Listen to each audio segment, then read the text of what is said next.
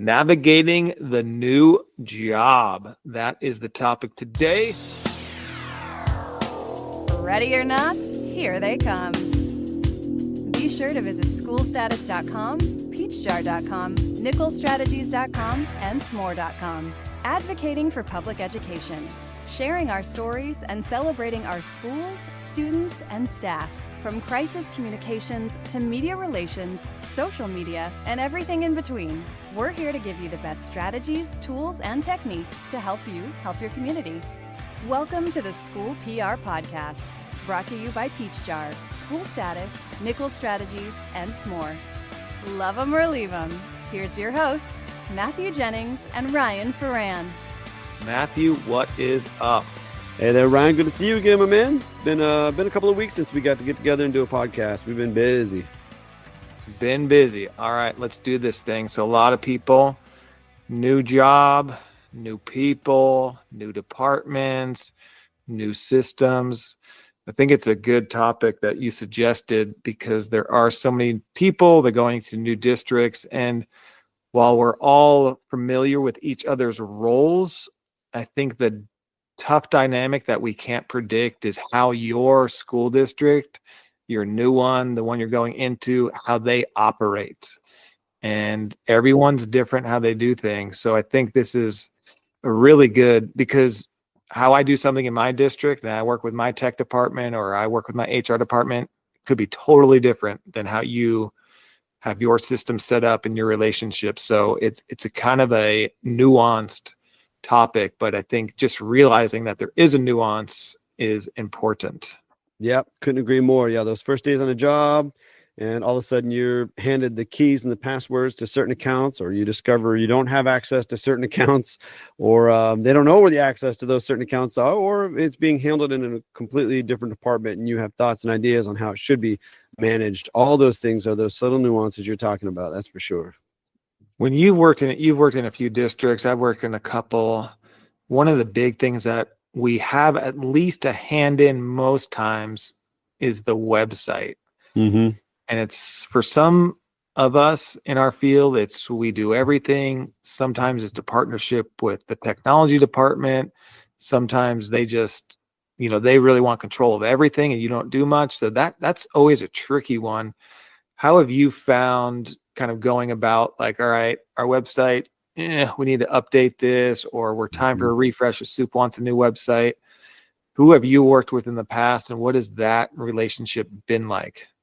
Yeah, well, first and foremost, like our roles, and if this is, if you're listening and some of your first days on the job are happening right now or going to be happening in the future, one of the critical relationships you need to forge and form a strong bond with is your IT department. There's just some link between the communications tools that we all use in the communications departments back to IT in so many different ways. And you really need a strong relationship there with that leader in that space in your district. And so that's always been kind of the first thing for me. And then, I've done website transitions. I've done, big trainings. I went into one district where there just hadn't been, well, first of all, there wasn't a communications role. And there hadn't been strong support for website management. So the first thing I did was I created an entire training toolkit, and I went on a round robin, and I pulled in all those respective individuals around the district that manage the websites, and I just made sure they felt supported. Like, here's how you manage content. Here's some of the basic elements of design. Here are some of the considerations around accessibility. Here are typically the most visited pages on your site. So these are the areas where you really need to focus energy. And we're talking about, school lunch menus. That's a heavily visited one. The calendar and the important dates at your school site. That's one that parents are going to favorite and go to a lot. Your homepage is obviously critical. And so just being able to show them that I'm there to support them, help them navigate this space, and then provide ongoing training and support really gained me a lot of street cred in that particular district. I was able to forge and build relationships almost instantly in doing that, and just making sure people were supported. And oftentimes people thrown into these roles at school districts, especially at the site level, they don't have any training on website management. They're an office manager, a front office manager, this assistant, to the principal. They don't have they didn't go to college for that. There are entire fields of study out there around branding and building that awareness and everything else. And so that was a big one for me as far as websites going, and just making sure that people feel supported. And then that translates into all the other things that you want them to do. When we start talking about social media, and we start talking about, how you can do that the right way, and you're out there doing those round robins again, and making sure people feel supported, making sure that, when you ask them to be posting several times a week, they understand the mission and they know why. Building that why is really important. Anyways, how about you? Yeah, I have another question too, I think, because what you said is about website managers, and some districts we're going to have a website manager, or that's a part of your job, which I don't like that philosophy, because you then become inundated by all these schools, all these departments wanting things posted, things updated, and you can't get to it right away. And then you're just spending all day updating everyone's websites. I like what you said, your style, in at least that district. And that's the one I model too, is like, we need website managers. Well, I'll teach you how to do it. I'll support you. Like you said, that's the most important thing. But if you just have a website person in your comms department, or you're it, I feel like that is not an efficient use of time. Two reasons. And people will say like, well, then we have to have all these other web managers. True, but it's not a ton of work, and you're going to get what you want updated so much faster. If you need to get registration for your school or back to school night up there, and oh shoot, we forgot to do this, I might not get to it for 3 days because I got 4 sheets of updates at all the different schools and departments. So I'm of that philosophy, but I feel like some districts, and maybe they're bigger departments, they hire somebody just to be a webmaster, which is kind of insane to me. Where do you lie on that? Have you seen both work? Do you think one's more efficient than the other? Yeah, I agree with you completely. And I would advocate strongly for the model that we both experienced, which is empowering people out at the site level and at the department level to manage their own pages. That's the model that I've seen just be most effective for many of the reasons that you had mentioned already. And, we're not trying to take away a webmaster job. So if there's a webmaster out there listening, don't get scared, right? But that means that, you might be able to have the capacity to be leveraged in different ways and grow in different ways, and, lean into some of the other tools that your department uses in new and innovative ways, and not just focused more just on website updates. Yeah, and the one advantage webmasters have is that the brand, everything looks the same. It's the same font, it's the same style, it's all that. Because when you do give control to all these people, it becomes ugly, and that becomes where the support of keeping it consistent is needed. But even with that, you'll have people go rogue. You'll have them using different fonts, and most of the time they're not even doing it intentionally. Or they'll have like, oh, they need another site, and they'll launch a Google site. Then they'll ask for support some with other product, and you're like, no, you can't. And they do it anyway. So there is an advantage to a webmaster where everything is seamless, everything is on brand, everything is the same, which is what you want. But that takes money, that takes time, and that takes, having that, person solely for that. So I'm with you, especially as far as money management, time management. But in an ideal world, if you can hire somebody just to do webmaster all day, that's great. But usually it's like, oh, you need to do the website and your other job. It's like, that's too much. It's too much. Yep, absolutely. And then, as far as websites go, the last kind of thing there is just watch out for bloat, because, what tends to happen, especially the more hands you get in the pot, the more information is getting posted, and the more information that's old and outdated is still living out there that people don't go back and pull down. So that's the, another caveat there, is just making sure that you've got eyes on that. That if you are responsible for managing web pages, that you're going in there every couple of weeks and just making sure the content's relevant, and lean into the data. I mean, get Google Analytics attached to it. Make sure you're looking at web pages out there, and what pages are important. Put your energy into those pages. You might find there's pages that haven't been visited in over a year by anybody. It's like, well, maybe that doesn't need to be public anymore. And you'll get somebody in HR, I'm sure, that's going to say, no, that's for staff and they need this, right? But, the truth is nobody's going there. And so, just making sure that things are kept up to date as best as possible and relevant. The question always comes up to when people are switching, where do you go and what's the best website? And they all will tell you that it's a seamless It's easy. migration of information, and Yeah. they're all so full of it. It's unbelievable. So It's don't, tough. when they tell you and the sales guy says, "Oh yeah, this is so easy, we'll take care of it all." Yeah. Don't listen to that. Don't believe that. Ask a million questions, because it's not true. Yeah. But then the one thing that you said that I would recommend to people is, like, go around and start searching school district websites and look at them, see what you like from a look, from a functionality, how many, because you're going to have a million pages that you don't, like you said, Matthew, you have a million pages that you haven't even seen, that you've never looked at, but they're there and they need to be there.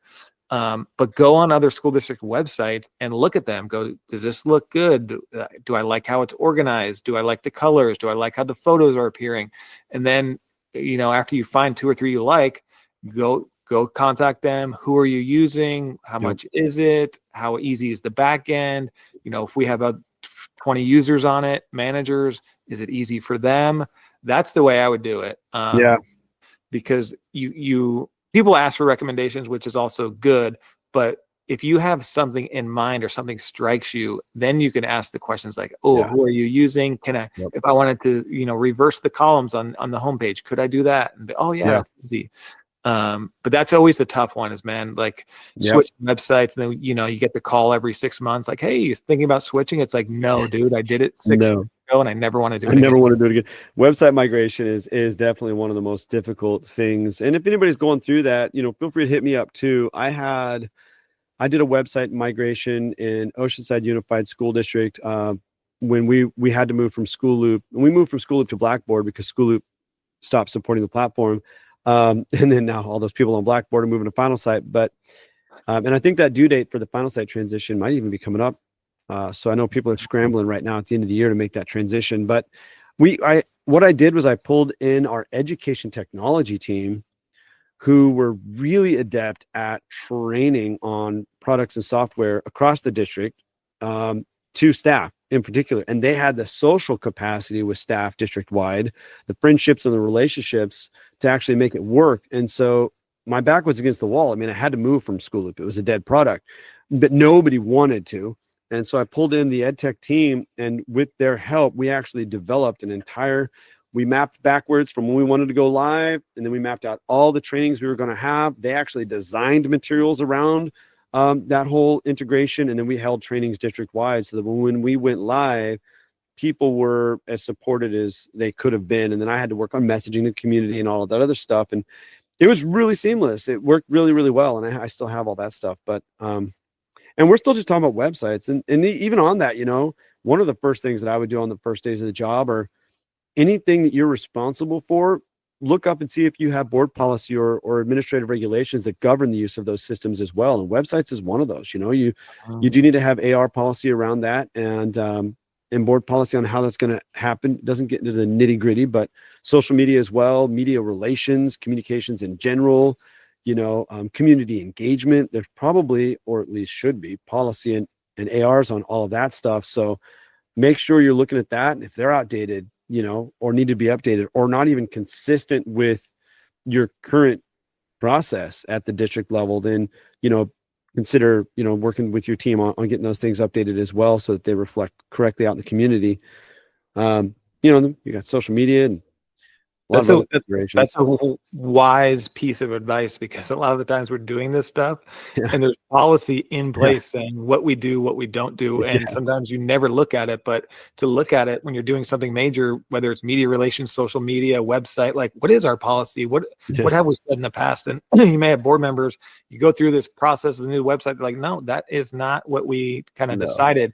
And to circle back to our original point of working with your tech department, like you said, when you're transitioning, you may love a website, but if it doesn't mesh with your tech department and sync with their systems, it's irrelevant how good it looks or how much you want to use it, because if they can't connect with it and their systems can't speak, that's off the list.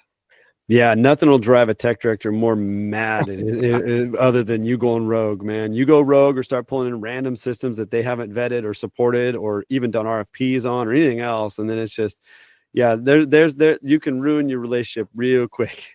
real fast. Yeah, I'm lucky. I have a great tech department, great people over there. So it's Yeah. always easy. We enjoy being on the calls together. We talk about Yep. it, what works, and they have good advice because they've used systems. Yep. Guys and gals that have been there for a long time. They're like, oh, we kind of use this. We know this doesn't work so great with us. Like it does look good, but it's going to take us forever to do the updates. And every Yep. year when you get new parent registration, all those new contacts, like that's a nightmare. So Yeah. you have to work with them. And to Matthew's point, you got to build that relationship. It's so true. And those have been consistently some of the best relationships I've had in my districts, which is really fun. I mean, I end up having a pretty close relationship with the tech directors in my school districts that I've worked in, and love getting to know them and talk about families. And when we see each other out and about, we get excited to see each other, which is cool. So that's a good one. And going back kind of the board policy and administrative regulations, I bumped into a school district the other day, for example, that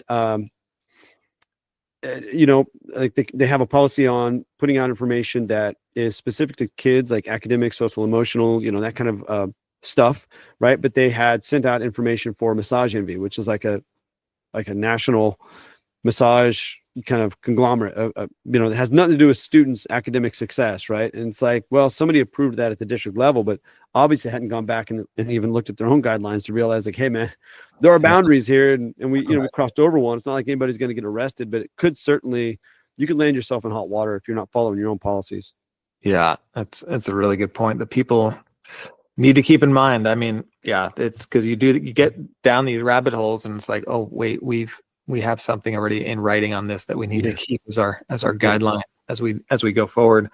Real quick, our sponsors, who are all amazing, Peach Jar. If you want to make friends in your school district, you want to make their lives easier, go digital flyers. Everyone will be so happy. Talk about time efficiency and time management. Peach Jar makes everything so easy.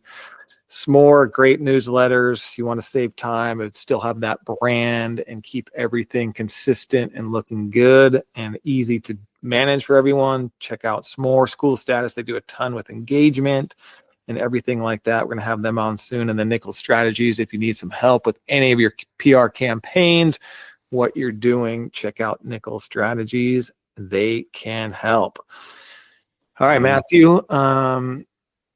What else? Anything on the topic of we kind of went down a little sidetracked on the website, but I think many people deal with the website stuff. I feel like it's that's one I see on the listserv, the national Facebook groups all the time is about websites transitioning and help. Yeah, it is. Yeah. I mean, just to kind of like, I guess, close the loop on that, like first days on the job, really pay attention to what's going on around you, what the current process and procedures are in relation to your department and the role that you're plugged in there to serve. You might have some changes that you want to institute. Just know you might have to slow roll some of that stuff. Really looking at what works and what doesn't. So I would suggest meeting with each principal, hey, how has this office supported you in the past? What works well? What would you like to see improved? What would you like to see different? Take a lot of notes on that stuff and use all of that to build out, like a 30, 60, 90-day communications plan, which will ultimately hopefully morph into like more of a long-term 2 or 3 year plan as you get to know the district a little bit better, and let that really be your guide as to how you use the systems that you have access to. Yeah, and I think what you said too is you're going to go into a new district, so you get a new job or it's your first job. You'll see a lot of low-hanging fruit, but you got to be careful not to pick too much too fast because they've been doing things a certain way for a reason. And that can become tricky. So ask a lot of questions. Don't make moves first. You want to get information before you give information. I think you could rock the boat, even though you're 100% right. Like, oh, we need to change this. This looks terrible. There's reasons. There's people that move a little bit slower. So just navigate that carefully because that can be tough. Yep, agree. All right, brother. Well, great catching up as always. Appreciate you dropping the knowledge. Yeah, you as well, my man. It's always fun. We got a lot of I think we got some good stuff planned out too. So stay tuned. Keep your ear to the podcast. We got some more stuff coming your way. Man, you sent over a video that for Peach Jar Extra Credit that you're going to release soon that we did at Ensbra. And I kind of forgot about the conversation we had and man, that one was so good. Talking about, what was the title of that one? Your content is boring, but you don't have to be. I take that as an insult, but yes. I know. I love it. I mean, talk about, Michael putting that out. I mean, just looking at that in Inspire, I mean, it made me stop. And when I was looking at the Inspire program, like that forced me to actually stop and read that description, because I read it and I was like, "You're what? My content's not boring.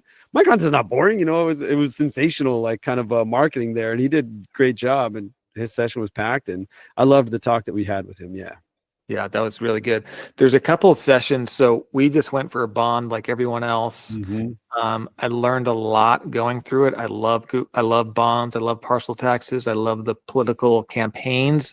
And so I'm working on probably a webinar or something. Maybe we do a podcast about lessons learned that the firm you're working with doesn't really tell you. That's cool. Because we were not looking good in our pre-polling, and we pulled it off. And it was awesome. And I did a lot of media stuff and media relations that, some of them were tough to do, but not everyone would do them, talking about safety and gun violence and after shootings. And I did them because that's what our bond's talking about, safety. So anyway, I have that in the works as well too, but I've been seeing the PeachJar extra credits coming down, and they are great. So how to access them is go to YouTube and search for PeachJar extra credit, right? Yep, that's it. Yeah, absolutely. And stay tuned too. And if you're listening to this and you're not a PeachJar customer and you haven't checked us out in a while, man, reach back out or let us know where you're at, because we're actually doing some really incredible things around just an entire new parent experience, how we're connecting parent and guardians to critical resources locally, regionally, and nationally. Top to bottom, a whole new parent experience, which is really incredible. Now we're working on an entire new organization experience, so it's even better for all the orgs out there sharing information with students and staff and parents and guardians. We're doing a lot around accessibility, so we're moving and shaking right now. It's a good time to get into the club if you're not in already as a client. Yeah, PeachJar is amazing. We did it years ago. It's been seamless, and awesome. everyone loves it. I know you're a mover and shaker. You'll be all over the country, but we'll both be at CalSPRA coming up. I'll be doing a session there on the internship. So if you're going to CalSPRA, say hello to us. Maybe we'll do some podcasts from there. Yeah, that'd be awesome. Let's do it. Let's plan on that. Cool. All right, Matthew, have a great rest of your day, a great week ahead, and we will chat soon. All right, see y'all. Be sure to follow the School PR Podcast on Facebook, Instagram, and X, where you can find additional resources and highlights from the show. Please like, subscribe, and all the fun stuff. And most importantly, without our sponsors, this podcast doesn't exist. Please visit schoolstatus.com, peachjar.com, nickelstrategies.com, and smore.com. Until next time, keep learning, inspiring, and making a difference. Thanks so much for your support of the School PR Podcast.